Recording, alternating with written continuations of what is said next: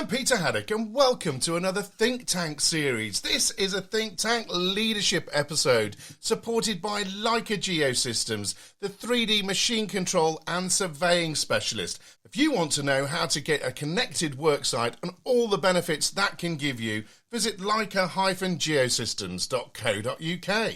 This episode is a real cracker.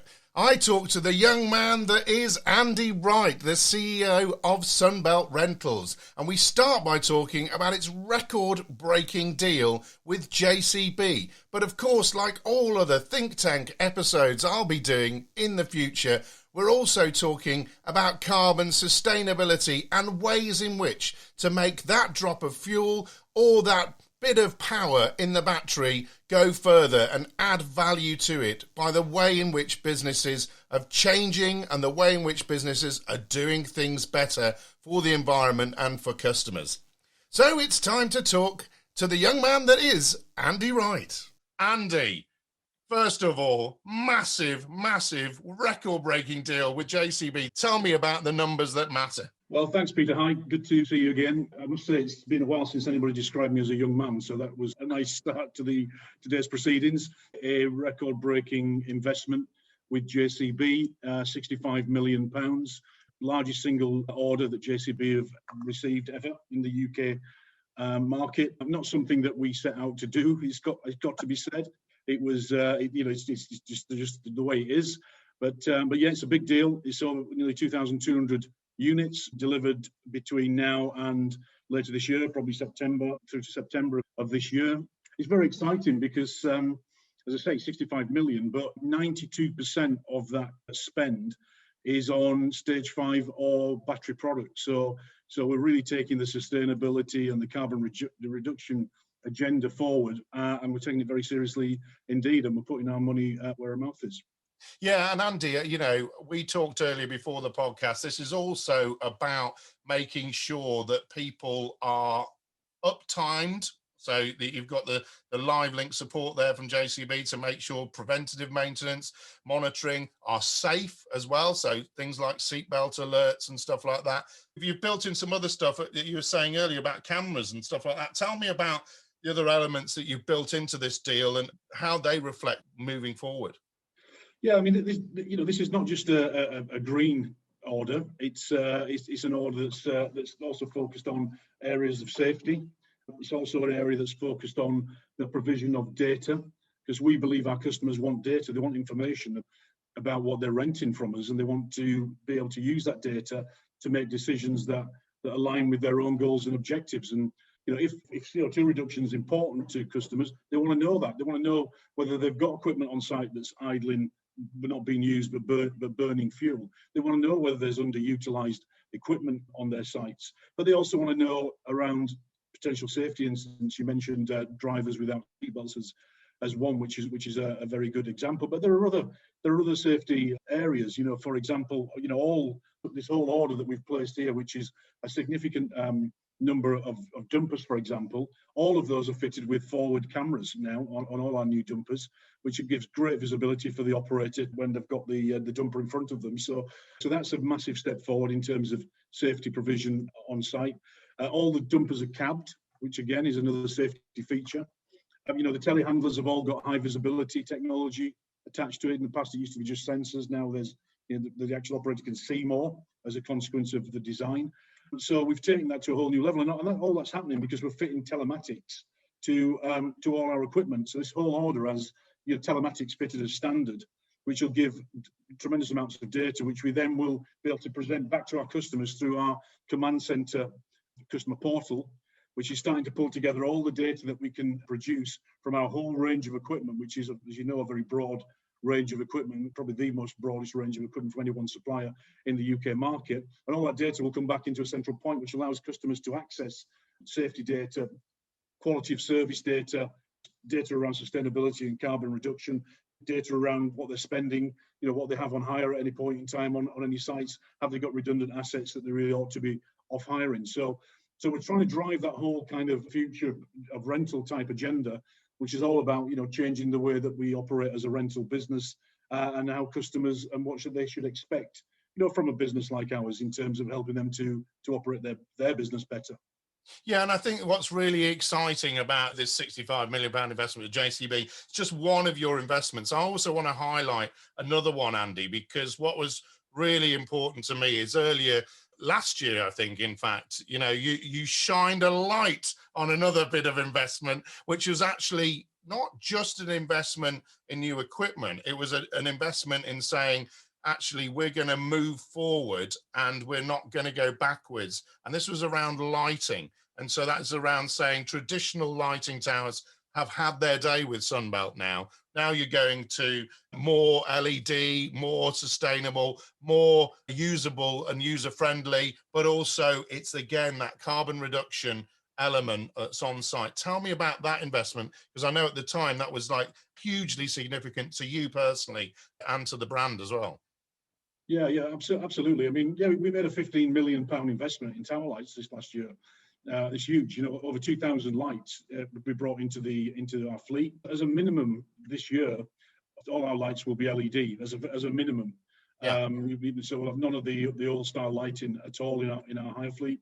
But we also made very significant investments in battery, solar, and hybrid technology. So half of that £50 million investment was in very new sustainable technologies, which has proven to be a good decision, because all of the equipment's been very well utilized over winter lighting season. We've also fitted telematics to all our lights as well, so all the lights are producing data now to give our customers, as I said, information that allows them to make better decisions. We've also added additional safety features to the lights, so for example, the sensors so that the lights can't be driven with a mast in the air, to alleviate concerns over mast strike of various types or another. So yeah, it's a very big investment, but it follows that theme of trying to own the future of rental, trying to lead the industry in that particular area, investing significantly in new and sustainable technologies, and making sure that we are seen as the market leader in that particular area. I think, yeah, Andy, hats off for that sort of thing, because realistically, everyone I talk to, whether it's people like your business in the rental area, whether it's client-based people, tier one contractors, all the way through to sort of single site users, everybody is now concerned about carbon emissions, concerned about idle times, concerned about all this information. But the challenge has been for the industry is, how do we actually make that information available in real time, so that actually you can make a decision to say, we've got all of our stuff idling right now, let's stop that happening, or we've got too many excavators on site because we're getting really poor utilization. Let's stop that now before you actually take up all of those resources, and you're paying for them, aren't you? So this is the year where data becomes a working everyday tool, isn't it, realistically? Yeah, data is key, and we're making big investments in our sort of back office technologies to be able to lead the way in this area. And customers want to be able to make better decisions. It's our responsibility as the owner of the rental asset and the provider of the service, I believe, to provide customers with the right information to make good decisions. And that's really what's behind this particular investment in telematics, in that customer front end portal that allows us to get everything together into one location, so that it's easy for customers to access what they need. It's all at their fingertips. It's all highly customizable as well. So it's not a kind of one size fits all.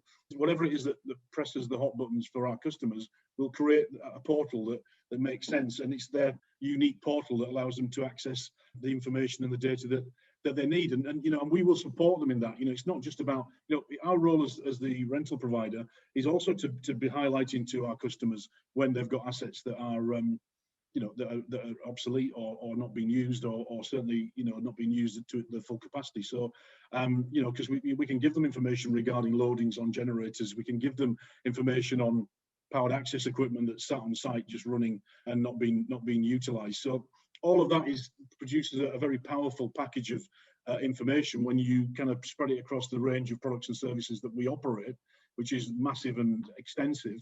It means that the customer gets a view of the site, so they can look at the whole site and look at all the information that their rental activities is providing, and then get it all from one supplier. So that is a powerful position, I believe. Yeah, and that's what I wanted to do. And you've actually done it for me there, Andy, is move on to what I'm calling the future site. What has been amazing to me, folks, and I'll keep harping on about this and until the day I stop doing this job.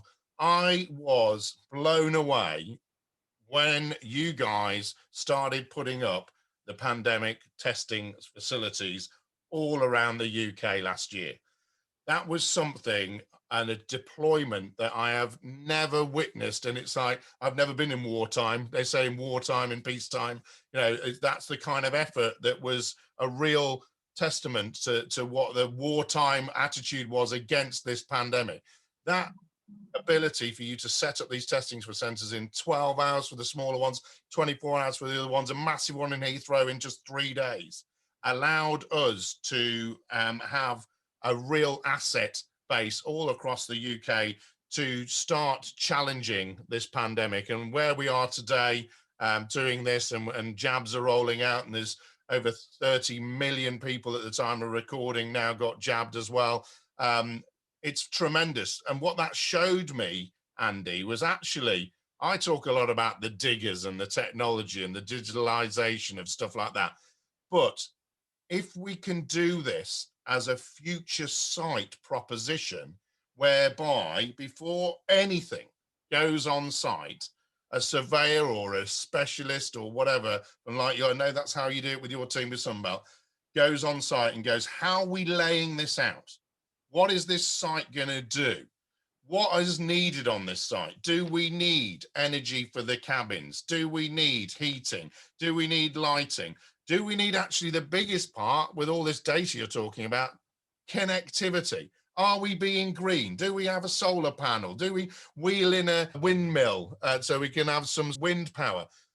It's the whole thing for me, Andy, is about the future site. And the reason I'm asking you that question is because people probably don't understand that you are more than just diggers and lighting towers, that you've got that A to Z element. So talk to me about this future site vision and what's happening and how it's probably escalated because people have seen what you've done through the pandemic. Yeah, I'll come to that. Just one thing about, just to pick up on what you've said there. I mean, just in terms of that, we're talking about sort of some of the investments that we're making into our business.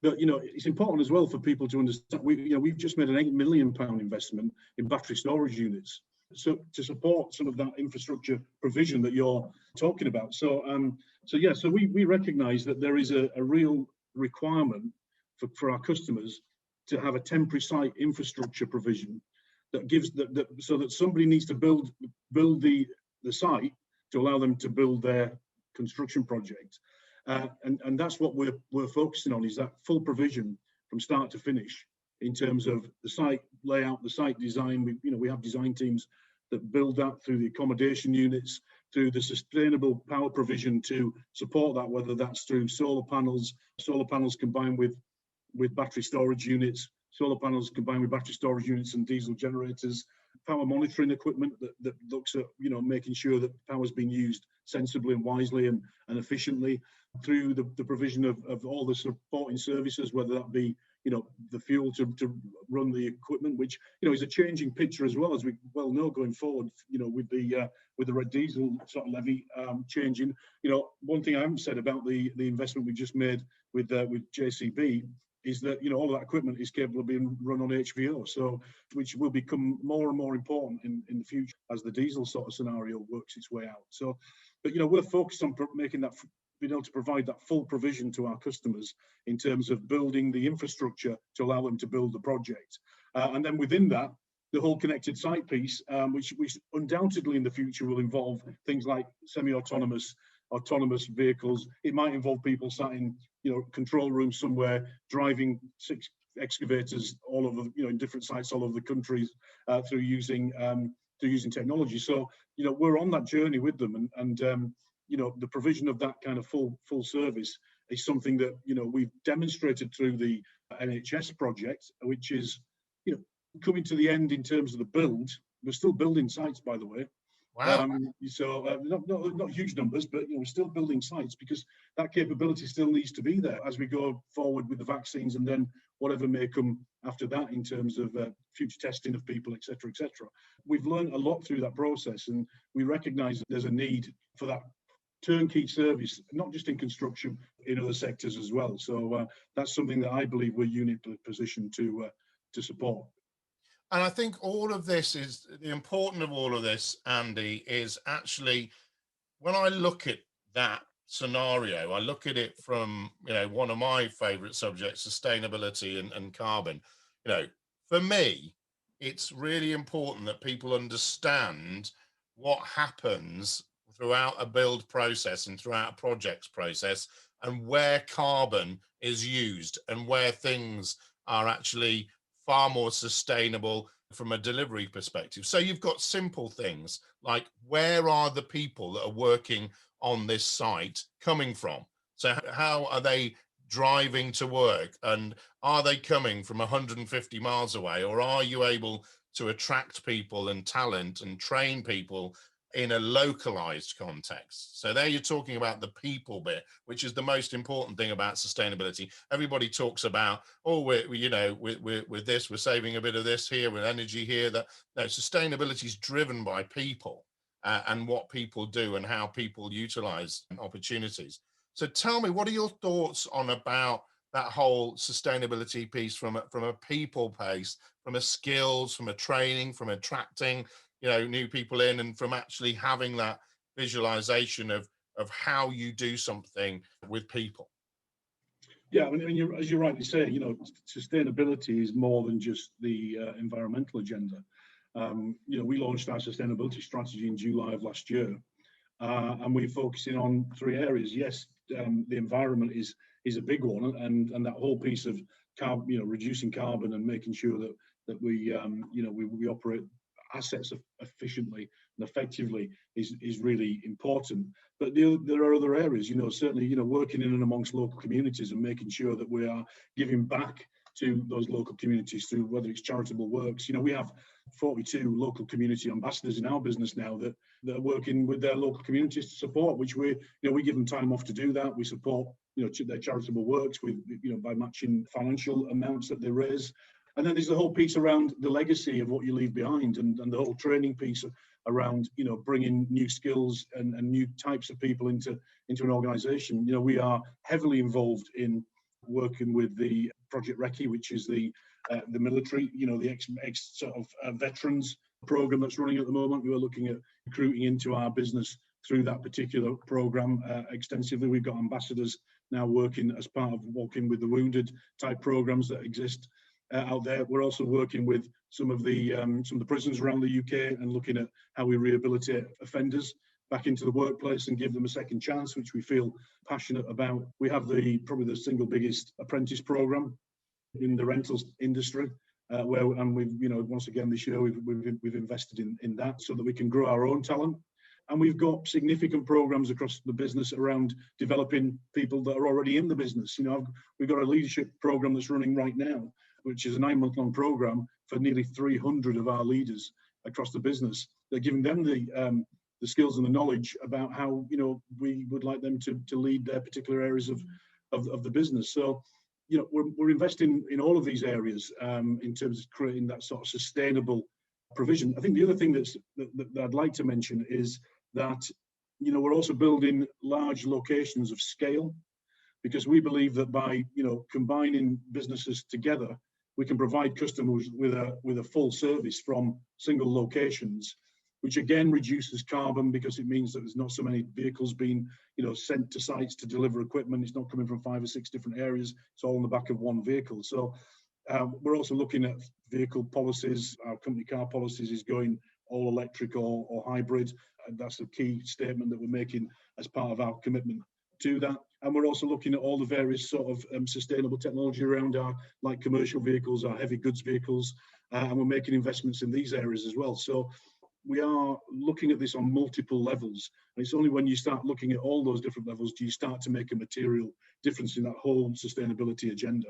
Yeah, because I believe I like the word the 1%, really. So the 1% for me is if you do 1% over here, so you're bringing people in, you're then training them up, you're then building them, and you're constantly adding the 1% to that individual. If you're doing the 1% with the equipment, so better, like you said, stage 5 with JCP, electric, but also the power and everything that then goes with it. There's another 1% there about how so you add up all these 1% and they create a massive percentage impact on carbon and jobs and everything else that goes with it. Because if you're wasting resources, you're wasting the ability to reinvest in the business or to reinvest in the sector, isn't it? And this brings me back to sort of talking about what the other buzzwords, the three buzzwords of the industry are, which is building back better.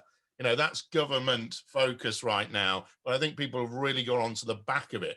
This is about, for me, Andy, collaboration and how businesses are working together to be more sustainable, to realize things and to do things differently.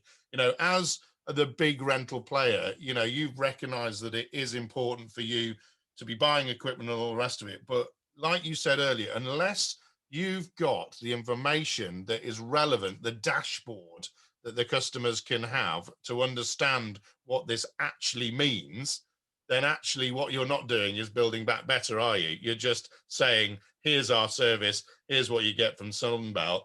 But the impact of this digitalization and decarbonisation piece is all about how to collaborate and how to get from the very top with the Construction Leadership Council all the way down to the single job site, isn't it? So tell me about what your thoughts are on that sort of building back better agenda and what it really does mean in the context of getting more for our money in the industry and therefore allowing us to do more better, obviously. Yeah, yeah. Well, I mean, look, you know, at the end of the day, there's a good commercial reason why you want to be sort of driving sustainability, because our customers are asking for it. So, you know, we need to support their requirements. But that's being driven by, you know, government at the end of the day, and the government setting the agenda in all these different areas to drive the behaviour in these different areas towards improvement. There's a very sort of commercial aspect to that. But look, you know, it's just the right thing to do, isn't it, as well? You know, when you put commerciality to one side, you say, well, what's the right thing to do? If we really believe in sustainability and we really believe in the kind of legacy that we leave behind, you know, I take that pretty seriously. And, you know, I think it's really important that we all start to take that pretty seriously, or, you know, who knows what will be left of the planet in the future if we don't do that. Now, the best way that I think to achieve that, and you use the word, is through collaboration. And, you know, certainly we are spending a lot of time and energy collaborating with our major customers to support their agendas. And in doing so, we support our agendas. So, you know, the ability to work with and share ideas and, you know, learn from each other as we go forward is going to be really, really key. There's areas of what we do where, you know, our customers are teaching us the right things to do and the best way to do it, you know, and we're learning fast as a consequence of that. So, and then there's other areas where we're leading the agenda and they're learning from us. So it's, I think that whole piece of collaboration, if we can do enough of it, it kind of starts to drive and starts to multiply the efforts. And you get that snowball effect that's happening out there in the industry right now. When I talk to senior people in my customers, they want to talk about sustainability. Yes, that is the key topic. You know, there's an expectation around safety that's a given. You know, it's been around for a while now, and people expect that. It's an end. You know, if you're not safe, you don't get a ticket to the game. You know, but the whole piece around, you know, that changing mood and changing desire for more sustainable product, more sustainable ways of working. You know, so much so that we are, you know, we're using the social value portal now to try to monetize our actions in terms of what we do, in terms of the types of people we recruit, the types of equipment that we run, and it allows us to put a number on it and put a target on it. Allows us to see our progress on a day-by-day, month-by-month, year-by-year basis as we constantly improve what we do as a business in this area. And we've got, you know, a large number of people in our organisation now that are focused in this area and really working hard, both internally but also externally with our customers. And there is another benefit to this, which is there's a lot of people now, certainly in our business, and I'm sure across the piece, who are very, very passionate about this because they recognise it's important to do something. And they want to work for businesses that feel the same. Yeah, absolutely. Yeah. And I think for me, yeah, what's important about that as well, Andy, is, let's be honest, the construction industry at the moment is booming. I've had people talking to me like it's like the motorway building era for major infrastructure, for example, and obviously HS2 coming along. And realistically, that means there's a pressure on the skills that are available in the industry. You can't afford, as a big business either, to lose people and to invest all this money and time in people. So that's really important, isn't it? And I mean, I've got to highlight this, folks. Andy won't do it himself. I know a lot of people at Sunbelt Rentals on LinkedIn, and, I've seen over the last year recognition awards being going out to those people. It's unexpected. It arrives on their doorstep, their personal home doorstep, and there it is, a recognition from Andy and the team at the very top about all of the hard work those individuals are doing. That is not rocket science, folks. That is somebody and many people in a business going, hey, I just want to say thanks. And, it's the most underutilized word in the construction industry, I think, because everyone has that expectation. Oh, we're right, we're big, we're friendly, we're hefty, we can just get on with the job and do it. But saying thanks, Andy, is part of the way in which we have to change this industry, and recognizing above and beyond for people that aren't expecting it, isn't it? That's a big thing for me. Well, it's a huge thing, and I've had people say to me, "It's a bit cheesy, isn't it?" It's a bit, but it's absolutely not, because recognition is something that's really important to everybody, any level in an organisation. And the other thing with those recognition awards is that they're linked to our values, they're linked to our core values. So, we're recognising the right behaviours and the behaviour that we all believe, and this is something we did collectively. It's not something that was handed down from, head office. This is something we built as a business. So what are the things that are important to us in terms of our core values? And when people demonstrate that behaviour in line with our core values, we want to recognise that. And there are 17 winners every month. Yep. of those recognition awards, and it goes towards a sort of annual awards event that hopefully we'll do in person this year, and we'll recognise a lot more people then as a consequence of that. So I believe it's really important and really powerful, and people don't want to work for a business that does recognise their efforts. Yeah, and you know what, Andy? I think what's really important to me personally, and this is, Andy doesn't know I'm going to say this right now, but I got a phone call from Andy just before Christmas last year. And Andy phoned me up just to say thank you for highlighting what Sunbelt Rentals have been doing in 2020, right? Andy's a busy guy, got a lot of things to do, but he phoned me up personally just to say thank you. I've got to say, I was blown away, and I've been looking forward to the opportunity to highlight that, because I believe these kind of things come from the top.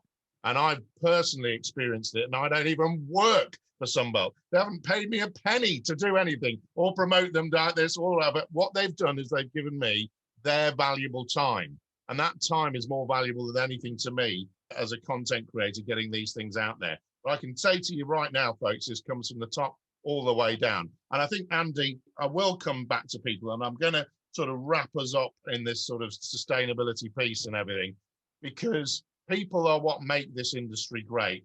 One thing, Andy, I want to do, and I want everybody to do listening to this, is say, how can we do better, Andy, to bring more people into our industry so we can be more sustainable, so we're not just fighting over the skills that are there right now? How can we do it, Andy, and what do we need to do as an industry to bring more people into it? I think you've already hit the nail on the head, Peter. In reality, I think that some of the things that we're trying to do as an organisation are absolutely the things that modern businesses should be doing. A deep-rooted commitment to sustainability, and walking the walk and talking the talk, and demonstrating that through your actions, not just through your words. These are big issues for people out there in the broader community these days, and they want to work for businesses who have that similar mindset, having training and development programs for employees. It's not all about salary at the end of the day. It's not, people come to work to earn some money. Great, we all do that.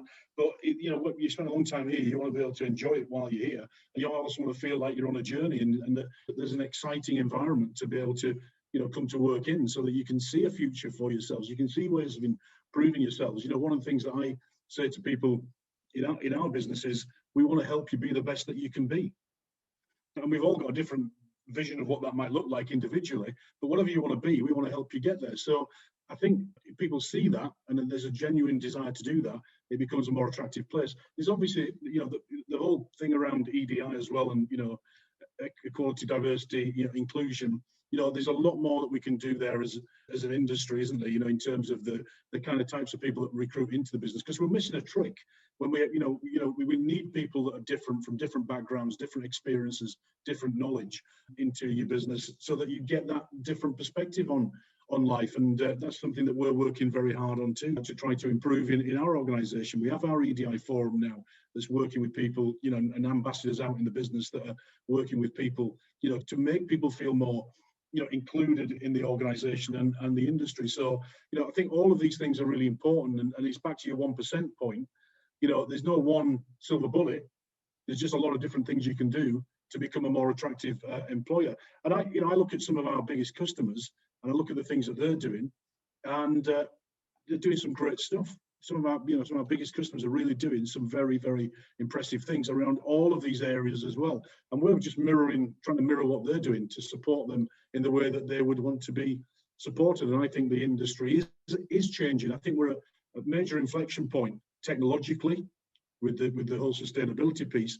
But I think morally and values-wise, we're also at an inflection point, and I think the industry is changing for the better. And I think that'll be a place that lots of people want to come and work in the future. Yeah, and I think you're absolutely right, Andy. And I've done a podcast, folks. You've been listening to this podcast. I've done a podcast with Alistair Isner, who is the chief exec of the Civil Engineering Contractors Association, also been working very heavily with the Construction Leadership Council on the brand new industrial skills strategy for construction. We've got one, folks. They've worked very hard on it, and I think that's going to be a big part of the leadership moving forward, this new industrial skills strategy. But like Andy said, it's up to business to actually do that. But if we've got an actual vision for the wider industry from the top down and from government, then actually we can be more like the armed forces that you're trying to actually support, Andy. We can make our industry look a little bit more glamorous, as they do in their advertising, in their promotion.